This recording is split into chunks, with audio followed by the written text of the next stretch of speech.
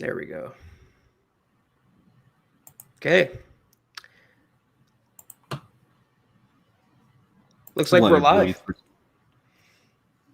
We're letting it breathe, Broncos country. It's a very unorthodox podcast tonight for the Thursday night Mile High Mailbag for this week. As you can see, to my left, I have John Kronenberg, a.k.a. Buana Beast. I am Zack Kelberman. Chad Jensen, unfortunately, our normal host for this podcast, he has a death in the family. I'm sure most of you guys follow that on Twitter. We all wish Chad well. Condolences, thoughts, and prayers to Chad's family. He's taking tonight off to grieve and to go through that process, and we all support him. Tonight it's John and I. Mailbag time, John. Broncos injury report, Thursday report, heading into Sunday. Got some Patriots news. This matchup is becoming full strength, close to full strength. So how you doing tonight? I'm doing well. Excited to talk some Broncos here. Again, condolences go out to Chad and everything he's going through. But excited to talk Broncos football with you all, and really excited to get this Patriots game over with. It's been forever. It's time to get on the field again. I mean, the last time the Broncos played a game, it feels like it was before masks. It feels like it was years ago the Broncos last played a football game. So I'm definitely ready for Sunday, and I know that Chad's probably watching us tonight. And again, we wish you well. So sorry for your loss, and everyone out there. All Broncos country supports you. But John, right before we went live tonight, we had some interesting news about the Broncos' rival signing a certain running back who hit the open market. It wasn't the Broncos with Le'Veon Bell like we thought yesterday. They had no interest there. But Le'Veon Bell did go to the Kansas City Chiefs. I'm not sure of the contract details. Maybe you saw that. I'm sure it's a No, it's pretty fresh. It's pretty fresh. I haven't seen anything yet, but it's a pretty big signing for them. Gives them a lot of options for the Chiefs. And honestly, it just felt like another hit for Broncos fans just because, we're looking for any good news for us. And it just did not set well with me, but it is what it is. What were your thoughts on Bell? Can he really add that much to the Chiefs, considering they were doing so well with Edwards-Helaire? The rich get richer, and it sucks for Broncos country because they just lost a running back. Not lost a running back, but a running back got a DUI. And Melvin Gordon's in the news for the wrong reasons, and the Chiefs are in the news for the right reasons. He should add some value to that team. I just wonder about the locker room compatibility. They're pretty well cultured there, established in Kansas City. You have someone like Le'Veon Bell coming in and muddying up the waters. What he can do, if he's the Pittsburgh Le'Veon Bell, he can bring a new element to that offense. And Andy Reid's offense with Patrick Mahomes, the sky's the limit. But if it's the Jets version of Le'Veon Bell, he brings nothing to the table. And I would rather, if I was a Chiefs coach or fan, give those carries to CEH. That's a tough acronym to say. Yeah, one thing I'm seeing from him now is he's not getting those big play chunk yards like he used to get. Right. From my understanding, he hasn't had a 20-yard plus run since 2017. So I'm not sure what kind of player you're getting here. It's just going to be someone who can be a rotational running back. It's just the name, hearing that name recognition adds that little bit of, come on, another player goes to the Chiefs for cheap. They seem to just get these players to come in, have some cap magic, and always be able to work that somehow. But at the same time, is he going to be the same guy from Pittsburgh? No, I don't think so at all. They seem to like these veteran running backs. Last year it was LaShawn McCoy. This year it's Le'Veon Bell. We will see Bell more than likely and the Kansas City Chiefs next week. The Broncos are scheduled to play the Chiefs. Interesting game. It's another tough matchup for the Broncos defense, but not an unbeatable matchup for the Broncos. But what's at hand right now, John, is the Patriots on Sunday. You talked about it. It feels like they haven't played in weeks. This game was rescheduled twice. It's time to take down New England, hopefully, and then go into that Kansas City game with some momentum. I agree with you there. We'll definitely talk about the Patriots in a little bit, especially their injury report. Some interesting stuff going on there. But real quickly, do you want to get going on some matters of business? Just want to let you guys know that this is the Huddle Up podcast. You can find us on Twitter at HuddleUpPod at HuddleUpPod. Follow the mothership, as it were, at Mile High Huddle. Get your swag at HuddleUpPod.com. I will share real quick. Let's see if I can do a quick screen share and show you one of our new items that Christy made. And let's get this going up in here.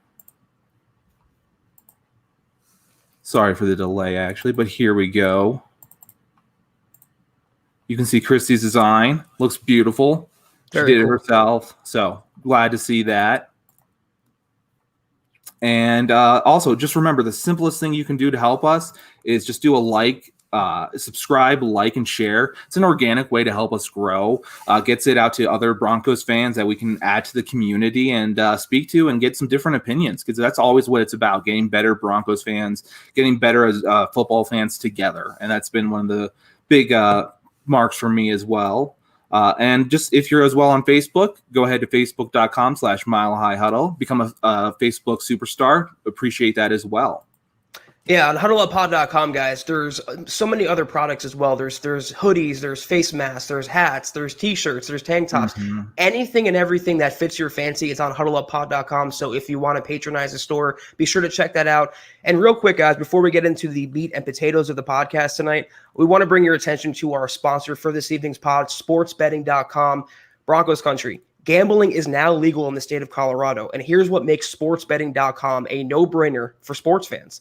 Sharp odds and low juice. They have in-house bookmakers. They're not a third-party provider of odds, guys. Reduced juice and best prices. Also, hassle-free bonuses. A one-time rollover means the bonus money is yours after you bet it one time, whereas other sites, competitor sites, range from 5 to 30 times. Big difference. Finally, 24/7 live customer support. You are always getting a real person in the U.S., never a robot, always a real person. But here's the kicker. At sportsbetting.com, you get a 100% risk-free week of sports betting up to $500. Not just one bet, but all of your bets. Play for a week, and if your losses exceed your winnings at the end of the week, sportsbetting.com will cover 100% of the difference, up to $500 with a one-time rollover. So head on over to sportsbetting.com/milehighhuddle. That's sportsbetting.com/milehighhuddle and capitalize on a risk-free week of sports betting up to $500. And I've done, a little bit with sportsbetting.com. It's been really fun for me. I'm just kind of a simpleton, so I'm just doing over-unders really, honestly, at this point. But it's still enjoyable, and that's been one of the few things where last week I did it for the first time, and it was a great time. So definitely take advantage of that 1 week free 500. But John, let's clear some of these super chats before we lose the stream for tonight. Let's do that. Let's start with Steven. You got the – okay. Yeah. Sorry. There we go. Great minds. Steven jumping in, $10 donation, says, hey guys, hashtag state of being, hashtag Denver Broncos for life, go Big Red. Appreciate you, Steven, as always. John, you want to add something about your Madden competitor?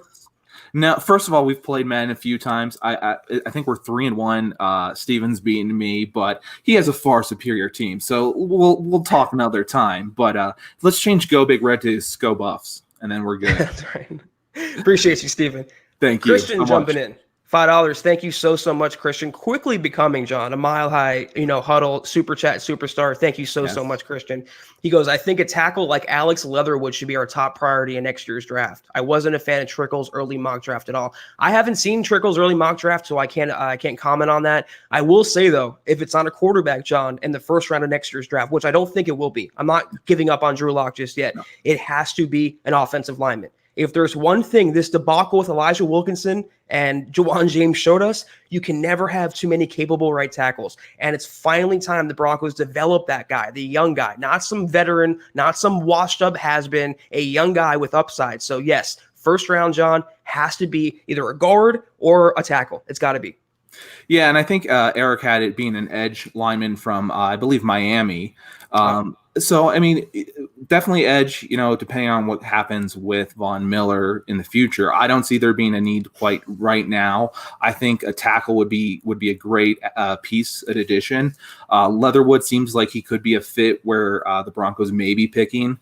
So I think that's a fantastic match as well. So that's definitely an option, and I think the Broncos would be delighted to at least explore that and have that be an opportunity when it comes draft time and we see actually where the Broncos land. Because right now, it doesn't matter where we land at number 8 this week. We still have 12 weeks to go. So very good point. Yeah, if the Broncos had their offensive line figured out and they had Locke as the quarterback of the future just set in stone, I could say maybe going edge, but you have Von Miller likely coming back. You have Bradley Chubb reverting to 2018 Bradley Chubb. I wouldn't personally go edge, but I definitely respect Trickle's opinion in mock draft. Christian jumping back in, another $5 donation. Again, thank you so much, Christian. He goes, Also, I keep seeing in the comments section of your article earlier about tanking for Trevor. What do you guys have to say about that? John, you want to kick it off? I have no reason to think the Broncos are tanking for Trevor. I don't think any team is tanking for Trevor, honestly. Every single coach, player, every single snap matters to them. This is their livelihood. Every single play, you're on tape. Even if the ball isn't going to you, I want to see your work ethic on that play. So I don't see any teams really tanking at all, period. I mean, it's just one of those things where people say it looks good. It's a nice thing to say for your fan base to try to make something out of a horrible year, try to make sense of it. But let's be honest, no team is really tanking. And if there is a team doing it, that is just horrible on so many different levels. I can see the Jets doing it, but knowing the Jets are too stupid to pick Trevor Lawrence anyway if they get the number 1 overall pick. So, right. You know, one of those New York teams is destined to end up number 1 overall pick. They're winless through 6 weeks of football, so it's pretty wild what's going on in the Big Apple. Yeah, I mean, even think about it. If the Giants are able to secure that pick, well, that means they're already trading Daniel Jones, and he's going to be in the next Rosen situation. So, interesting perspective there about Lawrence. Yeah, J Fig Vids jumping in, $1.99 donation. Thank you, sir. Thank you so much. Chiefs sign Bell. We need to play great this week. I mean, the Broncos have to play great every week, regardless of who signs who or regardless of who they're playing. They have not the Chiefs coming up, not Le'Veon Bell coming up. They have the New England Patriots coming up. Take care of business first.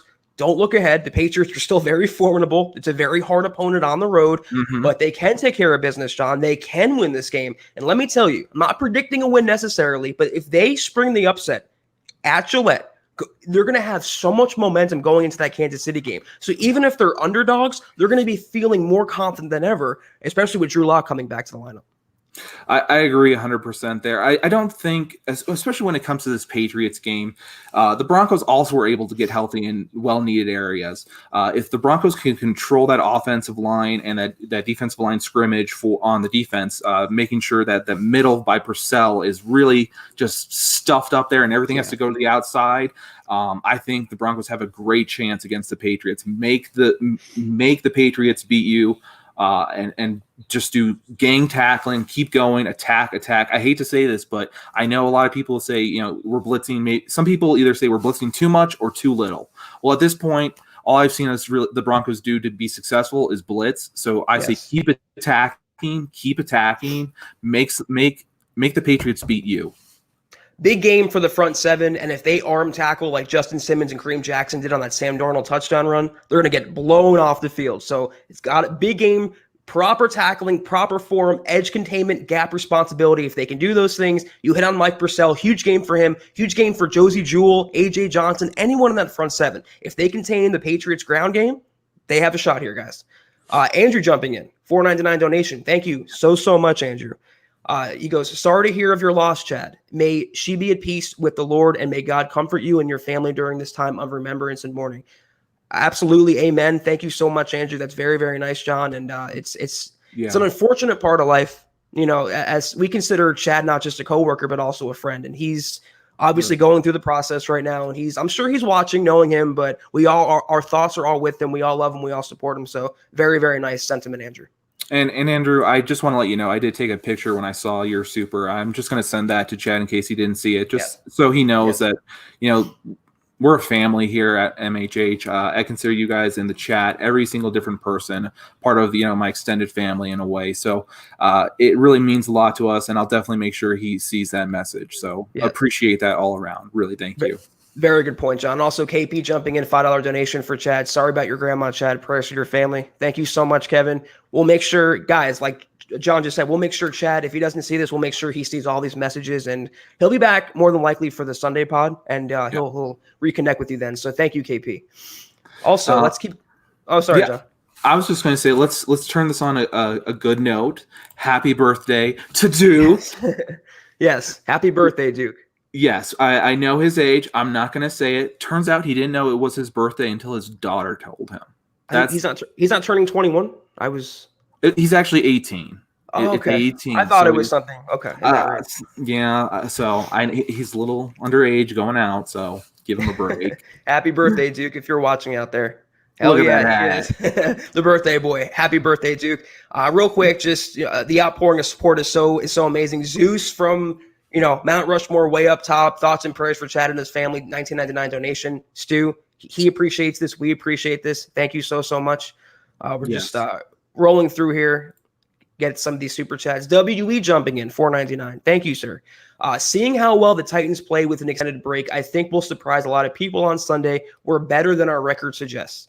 John, this team could easily and should be at least 2-2. They should have won that Titans game, and if they had competent protection and quarterback play, if Locke didn't get hurt, they would have likely had a chance to beat the Steelers. You can argue 3-1, but I'm saying 2-2 is without a doubt should have been the case if not for poor coaching. But it's encouraging that the Broncos can take the Titans down to the wire when the Titans just knocked off the Bills. The Titans are legit. The Titans are for real. They're a legit Super Bowl contender. And I know it's a moral victory. I'm not personally big on those, but if you can say that you should have beaten the Titans and your players were good enough and it was the coaching, I'll take it.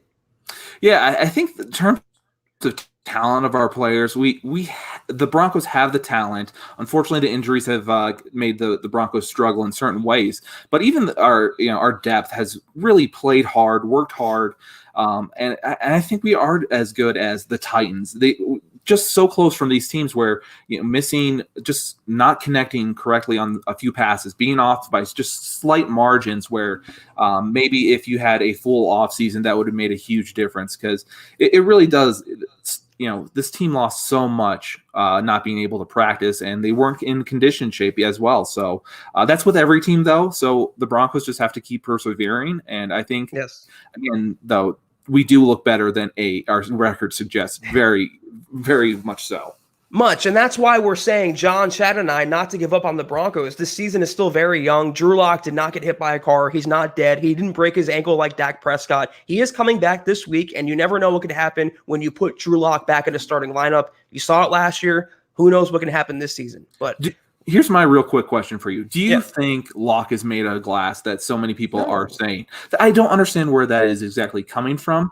I understand there's concern for multiple years of injuries, but I remember his rookie year, it was a thumb injury. I believe he hit a helmet. Correct me if I'm wrong. Someone in the chat will for sure. But you can't really protect from something like that when it's a thumb injury. You hit a helmet or whatever it may be. You can't protect yourself against that. And taking the live hits, you didn't have the offseason to, again, practice taking those live hits during a preseason game just for that first, couple times that you need to get in football shape and acumen. So I don't believe any of that about Locke either. Just had to get that out there. Here's something that I didn't even consider until right now. I was thinking of it. If he was made of glass, one of those two injuries would have sidelined him for the season. He came back in both seasons. They were not season ending. It was on short-term IR last year. It was temporary. Then the Broncos finally slow played his return. But let's say someone like Dak Prescott, John, he never missed a game in his career. Then he shatters his ankle. Is he made of glass now? Is he injury prone now? No. It's a part of the game, and things happen. Crap happens in life. Crap happens in the NFL. I so very much despise this injury-prone label that Locke had, primarily because the second injury never would have happened if they had competent offensive line play. That was not his fault, and I'm not going to victim blame Drew Lock for that. Exactly, and I agree with that there. We have Duke Boynton coming in here. Again, giving his thoughts and prayers to Chad and his family. Appreciate you, Duke. And, we appreciate you. I had a great conversation with him last night, and it was great speaking with you for a little bit longer than just on a chat here. Yeah. So. Duke, what are you up to tonight, Duke? What are you doing for your birthday? Let us know in the comments. Terry Randall jumping in from Canada, $2 donation. Thank you so much, Terry. Thoughts and prayers to Chad and his family. # state of being. Yes, again. Mile High Huddle, the Huddle Up Pod community, John, it literally is the best community out there. Like you said, we're all a close-knit family. We're not just podcasters and viewers. We're all a close-knit family here. And the support that Chad has, that we all show each other, is truly remarkable. Thank you so much, Terry. Yes, man. Appreciate that. Let's see who. Okay, go ahead. Chris jumping in, $4.99. Thank you so much, Chris. No doubt number 30 is good enough to make up for both. That bye week was a blessing in disguise. Thank you. Stop this tank for Trevor crap. # let him hate. Chris, I love your comment all the way around. He will make up Philip Lindsay for I would say Melvin Gordon's DUI and also Locke coming back and being a little tentative. They're not at full strength. They still lost Cortland Sutton. Noah Fant's not at full strength, which we'll get to in just a minute here. But like I mentioned on last night's pod, No one, Melvin Gordon included, can do what Philip Lindsay can do with the football. Getting him back in the game, even not 100% or not a full load for Lindsay right away, which it won't be, Fangio said today, he still can do things and change the game on one play. I predict a touchdown for Philip Lindsay in this game, and I still think he will enter Sunday as the 1A after Melvin Gordon's DUI, and he's going to end this season as the no doubt about it running back one, as it always was, and as some of us kind of told you guys in the first place. I'm really interested to see from Lindsay coming back if that can change a little bit of the dynamic for the center and guards in terms of their play. Maybe there's just they have a better feel for each other. I'm not quite sure, but I want to see if maybe he can find those holes that maybe Gordon was missing in that middle of the field. Let Gordon take some of those more outside plays and still go be the receiving back. But it's good to have a running back that can kind of squeeze through those little smaller holes and then take a burst it up for at least 6 yards while the linebacker kind of carries him and falls down that way. So that's always a big thing for me is he always gets tackled going forward. Right, yes. And I kind of want to see him run around Garrett Bowles' side, considering how Bowles is playing this year. Yes. It should be interesting to get him to the edge, get him outside. I didn't mind Scangarello so much last year as most other people, but one thing that drove me crazy is that he was running Lindsay like Royce Freeman and Royce Freeman like Philip Lindsay. Get him outside, get him in space, get the ball in his hands, and let his natural ability do the rest. I think they're going to do that if Pat Shurmur's smart, and I think they're going to make some hay against New England. So would you want Gordon to be pounding the middle, taking that workhorse mentality, and Lindsay to take those outside carries where it's maybe, again, 30%, 33% for Lindsay, ride Gordon hard. He can take some hits until, Lindsay breaks it. I'm not going to pigeonhole one running back into one role or another. They're both supposed to be multifaceted backs. You paid Melvin Gordon $8 million because of his receiving ability. Let him put that to work now. He has as many DUIs as receiving touchdowns. Whereas Philip Lindsay, he would have caught some of the passes that Melvin Gordon already dropped this year. I know you guys may think I'm biased. I just happen to be a big Philip Lindsay fan, and I think he's way more of a workhorse, a true 3-down workhorse than a lot of fans give him credit for. I agree, and I think anyone who watched, CU football knows what he can bring. Also, and just he's multi-dimensional. So I think a lot of CU fans were already on that bandwagon for him as well. Yeah, real quick, guys, we're gonna get into the injury report for Thursday and go provide the latest on Sunday's game with all the injuries. It's Cam Newton, Drew Lock, Noah Fant. Real quick though, it is the Mile High Mailbag. It is Thursday, so we have about 35, 40 minutes left on the stream tonight. If you have any questions for John and I, any questions about the Broncos, Patriots game, Le'Veon Bell and the Chiefs, anything you guys want to know, this is your open forum. This is your time right now. Fire them in, and we'll try to get to them by the end of tonight. Perfect. And until then, why don't we talk a little bit about the injuries while they're getting some questions in. What do you think about Stephon Gilmore coming off the CV list? Was expected. I still think I'm not going to, put my tinfoil on, but I still think that the NFL kind of planned it this way where both teams are getting their star players back. That's Drew Lock and Lindsay for the Broncos, and that's Stephon Gilmore and Cam Newton for the Patriots. It's going to make it tougher, but this Patriots defense, like Chad and I talked about on yesterday's pod, they're not the same New England defense from 2004. They're not the same New England defense from 2014. This is a very exploitable and beatable Bill Belichick defense with or without Stephon Gilmore. I'm not necessarily worried in that respect. If they can stop Cam Newton on offense, if they can stop that rushing attack, if they cannot let Julian Edelman beat them in the slot and down the middle of the field, that's what I want to see. I think the Patriots defense will be exploited, but it's up to the Broncos defense and Fangio's coaching and situational play calling to slow down, not necessarily stop Cam Newton. Yeah, and I think, again, this is where I want to keep attacking Newton, make him feel uncomfortable, make him have to step up and make those throws to Edelman, take away those rushing opportunities, or if he does have those running lanes, make sure that Newton feels it. I think that's definitely the game plan. And when you were talking about, was this better for the Pats or was this better for the Broncos? This was neutral, actually, the way I'm trying to see it now. The Broncos have gotten players healthy, gotten them ready and back. So did the Patriots. It's what happened. You have to work through adversity, and it really is something where I can't say I would have liked the other game better. So I'm excited for what we have coming this Sunday. It's going to be a long stretch of games for a while, but hey, I'm excited to watch those gut reactions with you guys and be here for the next 12 weeks going on with no bye week. You could argue it was tougher on the Broncos because the Patriots didn't practice on their bye week. Their facility was closed. The Broncos had to practice. But here's what I say back to that. And this is a point that Chad and I touched on. This is still a team with a losing record, the Broncos. They're not undefeated. They need to be practicing. They need to be getting better. They can't rest on any laurels they might have had by beating a hapless, lousy Jets team. So the Broncos are getting healthier. They're going to have Drew Lock back in the lineup. And that alone, John, was worth the game being pushed back. It was, and I said it from day one when the game got rescheduled and everyone was pearl clutching and grabbing their head in disbelief. This was a blessing in disguise for Denver. Watch. Yeah. I think it's definitely true, and I'm excited about that.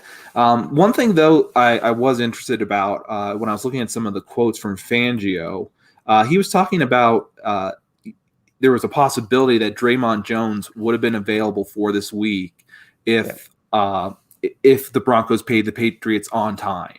Any thoughts on that? I mean, do you have anything there? And that also would go with DeMarcus Walker.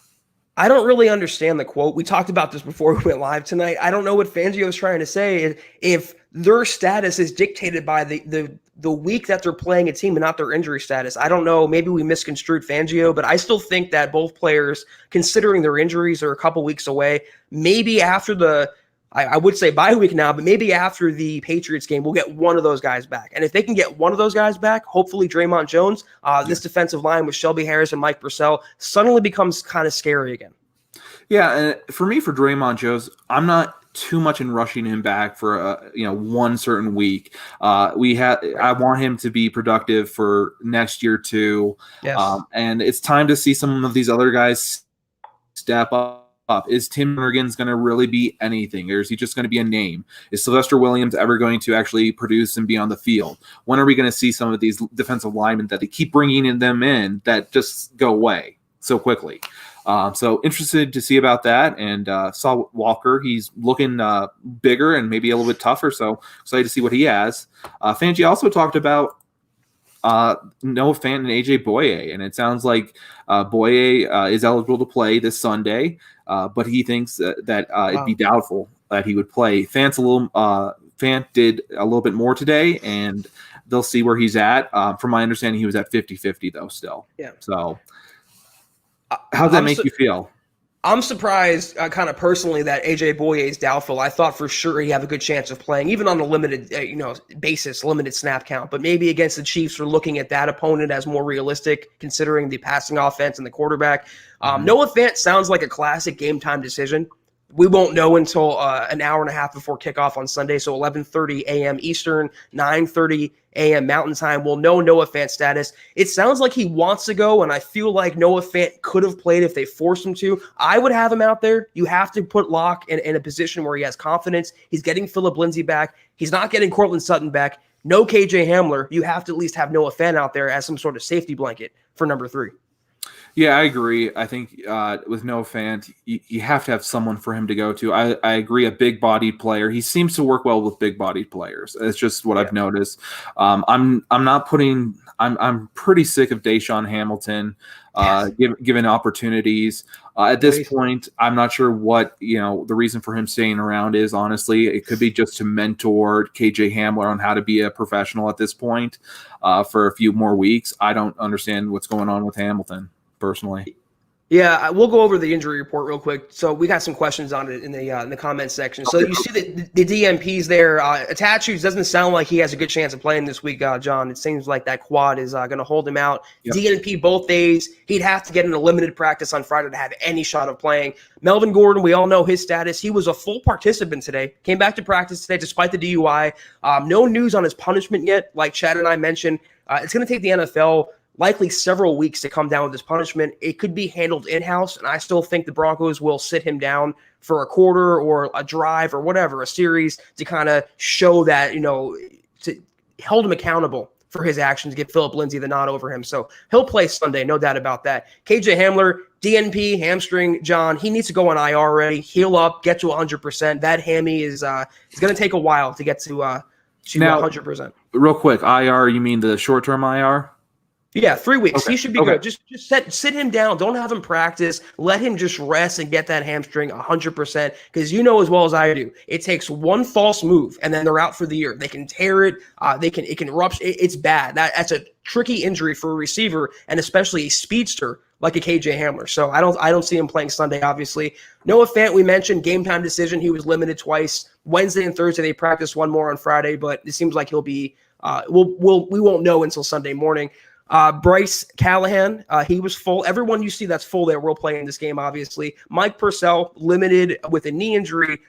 John, I think he'll play. I haven't heard anything doubtful about his status. I think he will go. And Garrett Bowles is the new addition to the injury report. He was not listed yesterday. He was limited today. No injury. It was a family matter for Garrett Bowles, Vic Fangio revealed. So that's encouraging in one sense. Hopefully everything's okay with his family, but he'll be out there on Sunday, Garrett Bowles.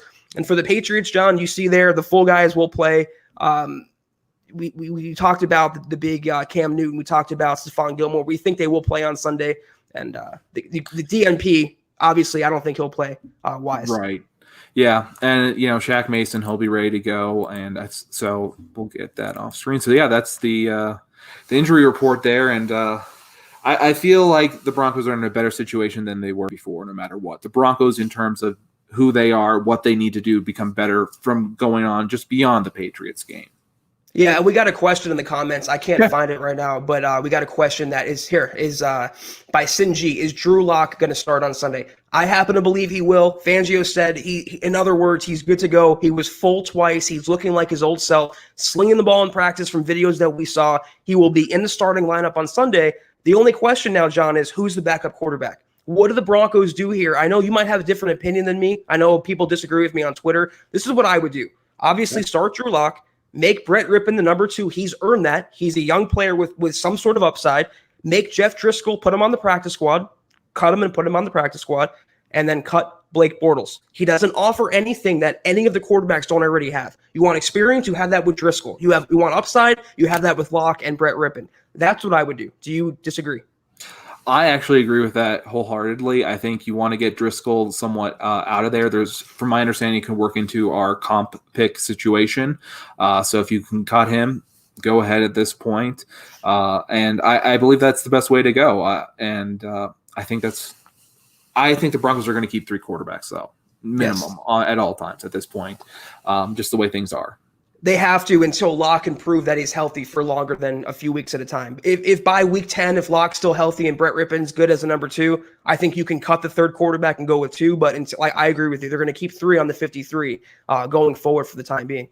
I still think the Broncos are going to keep Driscoll no matter what, unfortunately. They paid him, they liked him enough to sign him, and he's getting way more blame. I know he wasn't great in that Buccaneers game and in the Steelers game as well. He has some issues, but that offensive line, guys, no quarterback could have a chance with Elijah Wilkinson starting at right tackle. So I think if Driscoll got a fair shot with DeMar Dotson starting and having Philip Lindsay back, I think he would fare better. But Blake Bortles, to me, there's no upside. He brings nothing to the team, and he's just name value at this point. That's all he is, name value. Yeah. Just get real quick here, KP. Just calling me natural podcaster. I appreciate it. Well-deserved compliment, John. Thank you so much. And he fell asleep last night and was a snorer. He's a snorer. Just have to tell you that. Okay. Moving on. We got Mike Evans jumping in. $9.99, Mike. Thank you so much. Definitely, John. Far and away, every single podcast, Mike's hopping in. He's been on the show twice. One of the coolest guys around. One of the coolest, best Broncos fans in the entire world. Mike, thank you so much. You know we love you. He goes, do you think Locke will pass more than 250 yards against the Patriots if he plays? That's a really good question. I think that should be the over-under, I feel like, for Locke in this game. His first game back against a pretty tough defense, not exactly elite defense. It's going to come down. Here's my answer. I'll serve it over to you after I'm done. It's going to come down to game script, game flow. If they can establish the run, if Melvin Gordon can have success and Philip Lindsay can have success, they will not take to the air by necessity. So I think he'll be under 250. Put it this way. If the Broncos win this game, it will be because they establish the run. And if they establish the run, it means Drew Lock won't pass that much. So that's my kind of double-edged sword here. He will be under 250 if they win and over 250 if they lose. I don't see a shootout here. I see way more defensive-oriented than I see some Cam Newton versus Lock shootout. It could happen. And on the flip side, in garbage time, if they're getting blown out, I think he can go over 300 yards. It all depends on game flow and game script. But if they do win this game, it's not going to be from Lock. It's going to be from the running game, Gordon and Phillip Lindsay. Yeah, I'm pretty sure when it comes to 250 yards, that's where you want him to be, and you're going to be competing pretty well there at that number. I think if he's going to go over, that has to be a big play by someone really taking something very far down the house from something small, making something out of nothing, like we've seen Fant do plenty of times, or again, we've seen Judy take some plays and just make something happen out of nothing. So if that can happen, he may be able to go over 250 yards, and we can still have that running game pound mentality for the Broncos.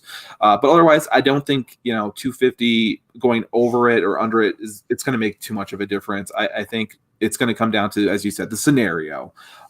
And if at the end of the game he has to make a game-winning drive, I would put it the ball in his hands and let him do it. Though. Absolutely, yeah. What do you guys think, though? I'm sorry, John. I was wanting to know what everyone thinks if they're going to go over to. What do you guys think out there? Will Lock surpass 250 in this week's game? Let us know in the comments. We should ask more questions. We should get the comments more involved with some of these questions. Great question, though, Mike. Thank you so much for your question. David jumping in. Very, very generous here. David, thank you so much. No, we didn't skip you. We saw your comment. We love you, David. Thank you. He goes, hey, guys, a little off topic, but does the Chiefs getting Le'Veon Bell make them more dangerous? What is Denver going to do when we play them now? John, I don't think they're any more dangerous than they were before because they don't flow through the running backs. They flow through Patrick Mahomes, Tyreek Hill, and Travis Kelce. And he makes them better by the virtue of his talent, his receiving ability, but they're not getting the bell from Pittsburgh. They're getting the bell from New York. And I think the only reason he signed in Kansas City was because they play the Jets coming up soon, and they're a playoff contender. He wants to win a ring. So they're already dangerous. For my money, they're, if not the best offense in the NFL, they're a top 3 offense, and they flow through their quarterback. I would rather, personally, I wouldn't take touches away from Edwards-Helaire. I wouldn't bring Le'Veon Bell into that locker room. I wouldn't disrupt what's already a championship locker room. That's just me, though. It doesn't make them worse, but I don't see how it makes them so much better when that whole entire team is still Mahomes. Yeah, I think it just protects him from an injury at the running back position. That really is the bottom line. I think they still want to develop Clyde Edwards-Helaire. I just think that's where they're going. You've seen bursts from him. He's been very impressive for a first-round pick coming out, and he brings something different. He has that spark, and it just seems to work within the Kansas City's scheme at this point. Bell, I'm sure he can add something to the passing game, but again, it's not something where he's going to be the guy. Right. It's going to be something more or less where he's there for depth. He's there to try to prove that he still has what it takes, to prove he's a good guy, prove he can get along in the locker room. And we'll see if he can actually do that in real life instead of just, saying I can do it. Yeah, and you wonder, we don't know the contract details yet. I haven't seen them, since we've been on doing the podcast, but you have to wonder another player that Kansas City is fitting under the salary cap. I've been trying to tell you guys, the salary cap is a myth. It's not real. It's tangible. You can manipulate it. You can finesse it. If you want a player bad enough, like the Chiefs have proven time and time again this year alone, you will make it happen. So good pickup for Kansas City, but I don't see it shaping their season one way or the other, John. Yeah, and you see a lot of people here in the comments saying that they predict those 250 yards and a few touchdowns to come with it. So that's interesting. We don't know, though, if that's win or loss. I mean, 250 and 2 touchdowns, it can be in a losing effort, too. But right. Like Hey the Man is saying here, or he said on the comment, if they win, Lock might be under 250, but that running game could be in the 200s with a couple scores. This game, I still think if they can get to 24 points against New England, they can hold Cam Newton below that number. They can play good enough defense. It's just a matter of sustaining drives, chewing up clock, and scoring touchdowns. Not stalling, not going 3 and out, not settling for field goals, scoring touchdowns against this tough Patriots entire team. They're still tough. They're still Bill Belichick, Cam Newton, but they can be beaten. Yeah, and I agree. I think you got to win the time battle, really. It's one of those things where I want to stay on the field more than they are. I want to tire out that defense. So when it comes to the fourth quarter, you can't just run the ball and pound it down their throat and move down the field and have those methodical drives that take up that time. And that's just one of those things that really hurts the defense in terms of their morale. And that's how you beat them. Yeah, their morals and their morales. That's right. And kind of piggyback off that, Justin jumping in 999. Thank you so much, Justin. He goes, I think Locke has a good chance of breaking 250 just because of short passes to Lindsey, like you mentioned, John, that are broken for long runs. And I agree with that. Great point you made, John. If they can get the ball in Lindsey's hands or Jerry Jeudy's hands or Fant's hands, if he plays, they can break some tackles and make something happen down the field. I just don't see Locke getting into a shootout throwing 50 times this game unless they're getting blown out of the water. If they win this, it's a ball-controlled offense with the running attack. But very good point, Justin, and thank you so much for your donation. Yeah, and let's see. Denver needs at least 275 yards passing. Hamilton needs to ball this game. Got to see him help out for once. And don't hold your breath there. It's hard to see him just not reach out and make those plays. It seems like it just seems like there's a little bit of effort missing. I'm not quite sure. But to me, it seems like effort when I'm watching it. Well, he slows up and stop. It doesn't dive for the pass or make an effort for the pass. And one of them could have been a touchdown that changes the entire complexion of a game. That's an effort issue. It's one thing if you drop a pass, but if you try to catch it, when you just slow up and pull up, that screams to me that you don't want to be on the field. Who I think needs to be a bigger component, which I think he will be, is Tim Patrick, because we know Locke loves throwing to that guy. They had a great rapport last year, and Locke does a lot of the same things that Courtland Sutton does. So even without Sutton, you might have Noah Fant. You're going to have Phillip Lindsay. You have Sutton Light. You have Jerry Jeudy. They can still make lemonade here against this Patriots defense. So it could happen. And here's a question from Z-Dub. Is Fangio seeing another view in Albert O? Why can't we activate him and deactivate Vanette? That, I think, will happen. We got another question that if he's going to play this week, Alberto, and I think he will dress regardless of Noah Fant's status because Nick Vanette doesn't cut it. Jake Butt, I don't think, is cutting it, and they need some depth that can catch a pass. And Alberto, it's funny that he might make his debut when Drew Lock is coming back to the lineup. The guy who probably got him drafted and played with him in Missouri, they're going to play together against the Patriots. I think he will dress. I think he will get some snaps. But if you guys are expecting Alberto to come in and be George Kittle, it's not going to happen. It's still going to be whoever ends up drawing the nominal start, whether that's Jake Butt or Noah Fant, they're going to get the lion's share of the snaps. But Alberto will play. He should get some red zone chances, and you never know what he can do from there. And if the organization is starting to have less faith in Vanette, and they want to switch it up, I still think Beck you can use in plenty of situations. I know they're using him as the fullback / tight end, but you can move him just as to a tight end for a game if need be, and figure out what to do for that fullback position. Which he's done a pretty good job on blocking some of those plays for the running game as well. But I think we can all agree, guys, let's deactivate Nick Vanette, and then the next step is cutting him from the roster. He is such a detriment to this Broncos team just by being on the 53-man roster. So I agree, deactivate Nick Vanette, get Alberto in the game, take some chances down the field, and you never know what can happen when you put the ball in the end zone. When you give a player a shot, good things can happen. So I want to see how Pat Shurmur can kind of scheme around Alberto, I think, when he plays, not if he plays on Sunday. Yep, exactly. Let's see. Any more questions, guys? It's our Mile High Huddle Thursday night mailbag of the week for the Broncos' upcoming game against the Patriots. We're winding down. We have about 20 minutes left on the pod tonight. Let us know anything you guys have on your mind about the Broncos, about the Patriots, about the NFL, about life. Fire in the comments. We'll answer you. We'll hang out here for a little more time. I assume this is coming from a fantasy perspective. Would you go with Hawkinson's or Ertz? I'm not sure who. Tanyan, the Packers tight end. I don't know who they're playing this week. If you guys tell me who they're playing.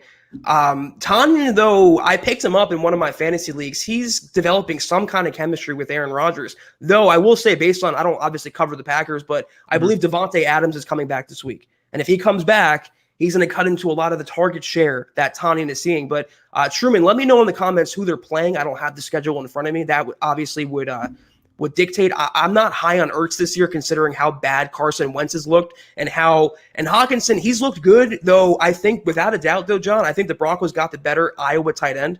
I think Noah Fant is he's better pro based on what I've seen. Hawkinson's been kind of disappointing to me. Yeah, I agree. I really thought Hawkinson had everything that it took to be a great tight end. I think he's a great blocker. I just don't think he's going to have that X factor coming out that everyone assumed he was going to be. That next huge tight end, the next Kittle, essentially. Yeah, it says in the comments that Tampa is playing Green Bay. That's a good game, first of all. The Battle of the Bays there. That's tough. Who is Philadelphia playing? Let us know.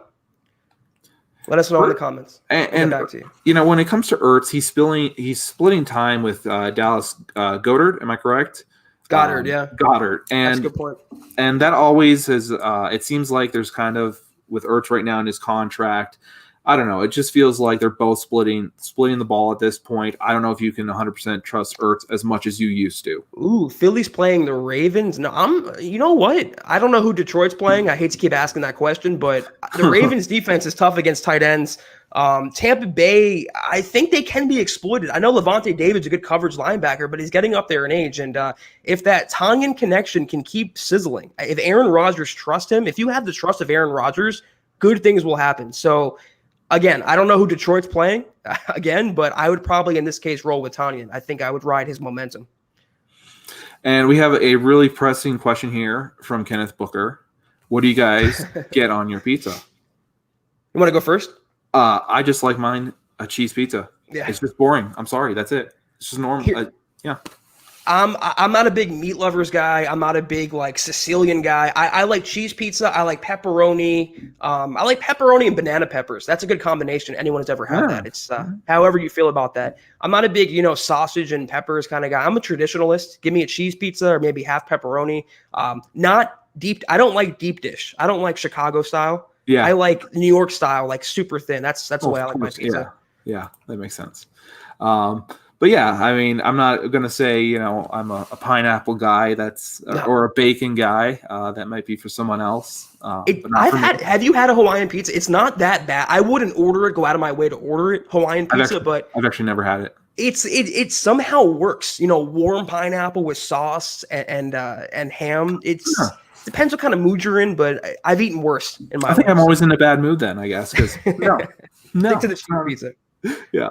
Let's get pranked films up here. Do you think Drew Lock will bring us a Super Bowl within the next 3 years?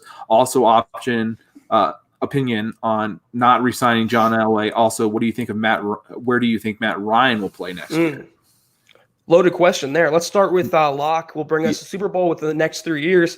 I mean, John, if we had a crystal ball, we wouldn't be doing this podcast right now. Right.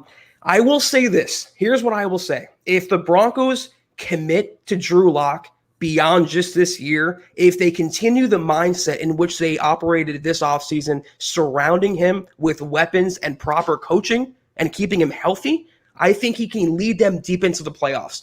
Whether that results in hoisting the Lombardi, I don't know. I'd have to see. It's so hard to judge a player who's only played in a handful of games. I think he has the potential to be a franchise quarterback. Is he there yet? No. Are the Broncos contenders yet? No.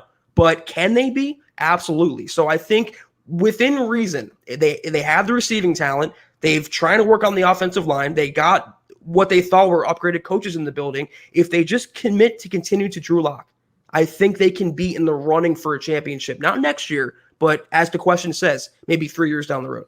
Yeah, I agree with you there. I think this is about developing a team at this point. The Broncos have control of Lock for 2 more years, plus the ability to use a franchise tag with him. So that gives us 3 years of control. That's how I see it with Lock.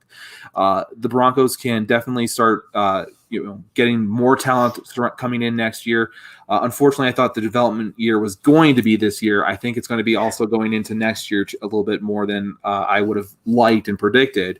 But now at this point, you can start looking at that, the last year of his contract and the option for that franchise tag for the windows where the Broncos can make a push, and maybe with some certain players coming in, taking some salary reductions, maybe the Broncos can work something out there and become a contender and a legitimate contender to come in the playoffs and beat whoever the NFC tries to bring in.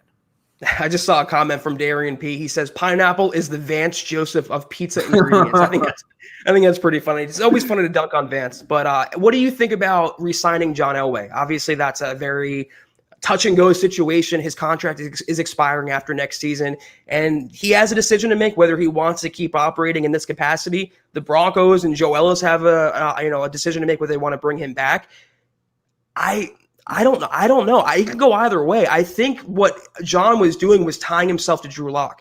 And if he left the Broncos in good hands, meaning, Lock was carrying them to success, I think he would walk away into the sunset saying, listen, guys, look, I finally left a good quarterback in the Broncos' hands. I finally found a franchise quarterback. I won a title as a player, as an executive. I've done everything you guys asked me to. But I think his ego, John, if Locke doesn't pan out this year and they go into next year with a quarterback battle or a controversy, I think he'll see through it that he leaves the Broncos in better hands than when he took them over, just from his ego. I don't see Elway being any different than when he was 10 years ago. He's still, he's powered by his pride and his self-worth and what he thinks he is. He saw himself in Drew Lock. It's one of the reasons he committed to him. So it's a very loaded question. And again, we don't know. So many dominoes have to fall. We have to know what Locke's going to look like. We have to know what the Broncos head coach is going to look like next year and going forward. I just don't think Elway's ready to walk away. And not because he thinks he's too old for the job or he wants to explore greener pastures. I just think his ego won't allow him to remove himself from such a high position of authority. While I do think it's Elway's choice if he wants to stay or go, in the end, I think Joe Ellis is going to say, I'd like you to stay.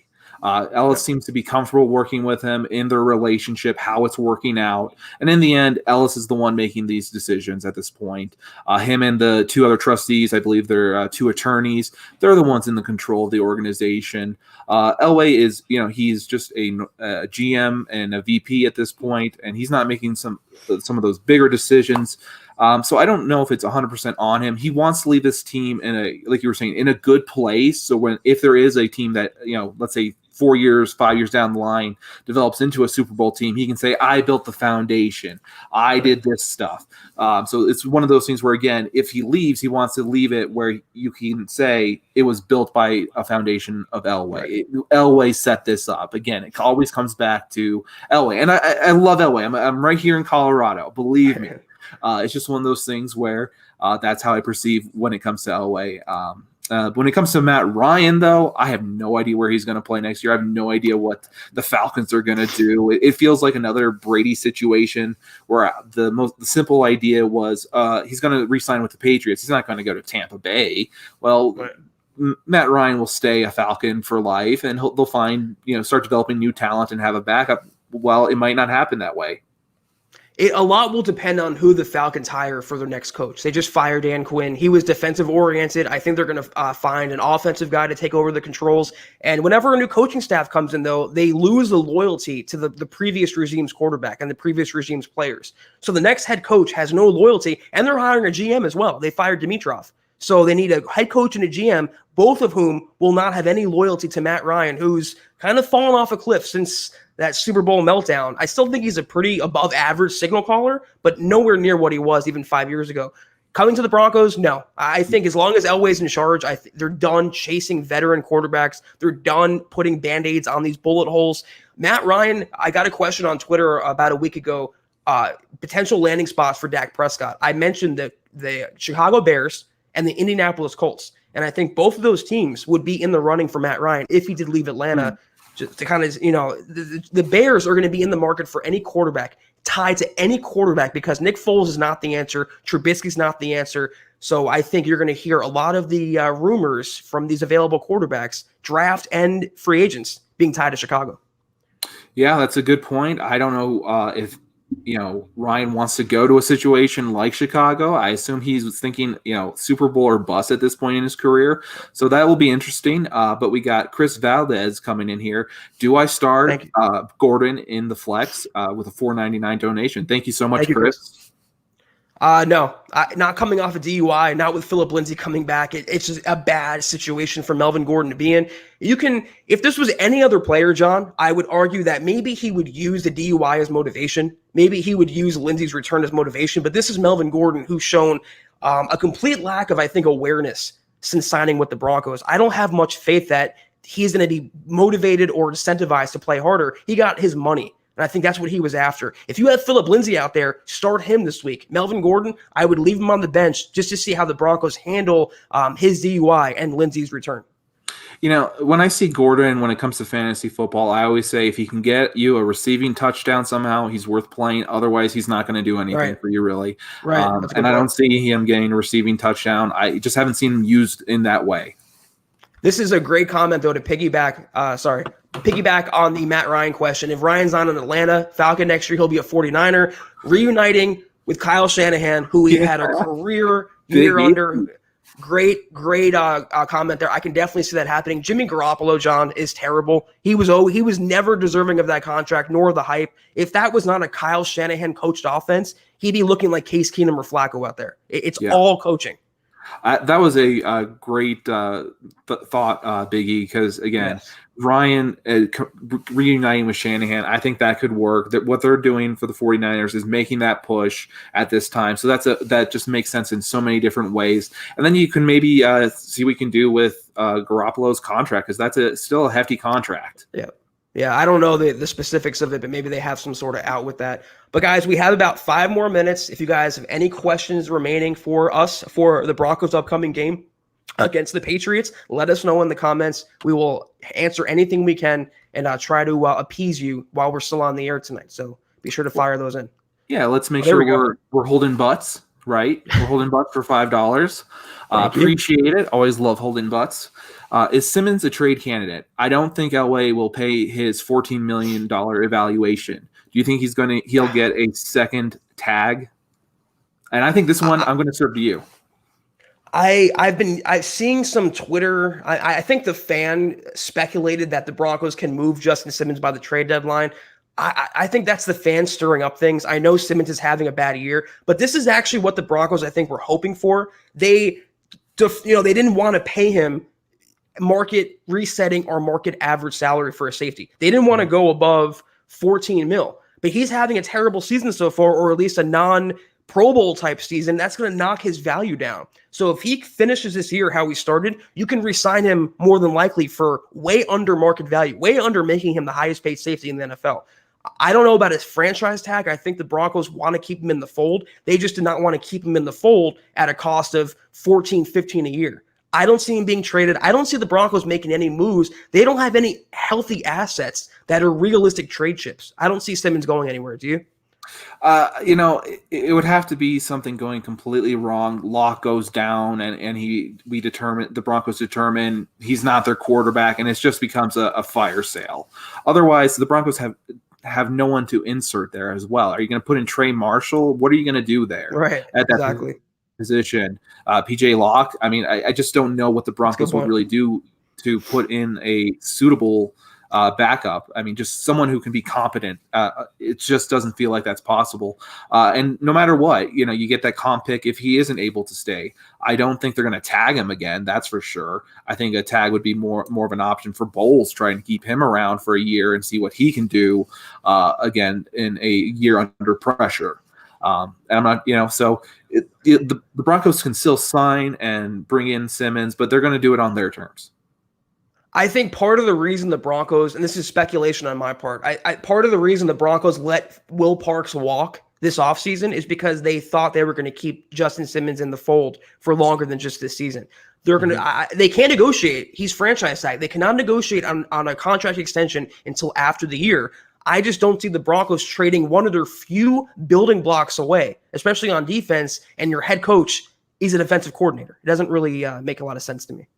And he's a great person in the community, and I think a lot of teams need that right now. Especially after Melvin Gordon. Yeah, so you need players like that in the locker room, so that I don't see any reason to get rid of him and have that locker room lose control.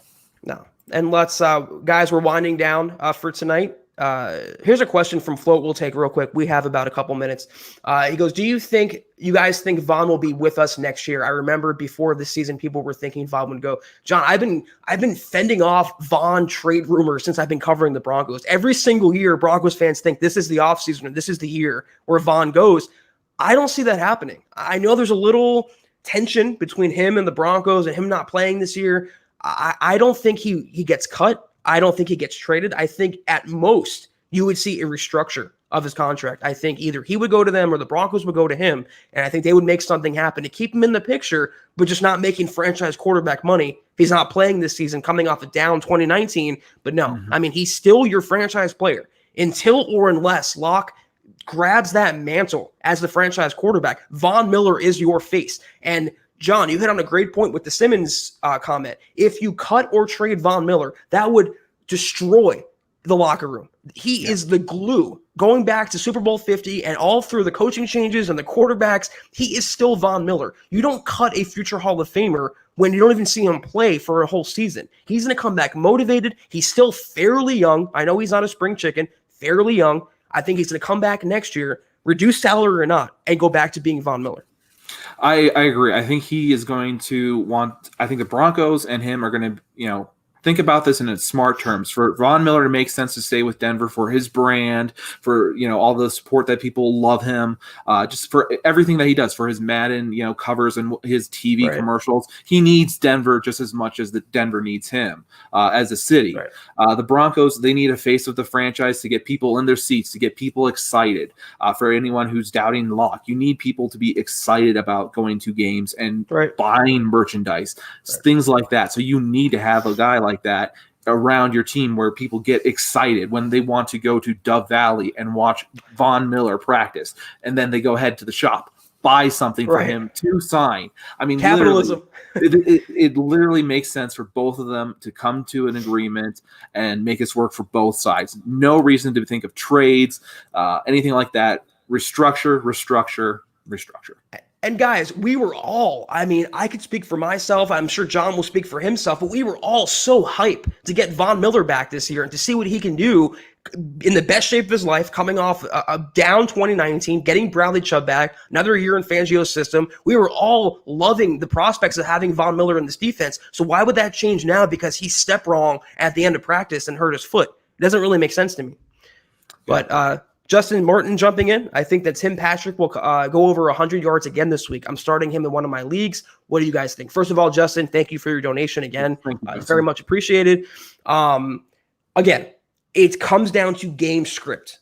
I would happen to think that if the Broncos won this game, let's say they won 24-20, it would be a big game by Phillip Lindsay and a big game by Melvin Gordon. If they combine for 2 touchdowns, where are those touchdowns coming from? Where are those yards coming from?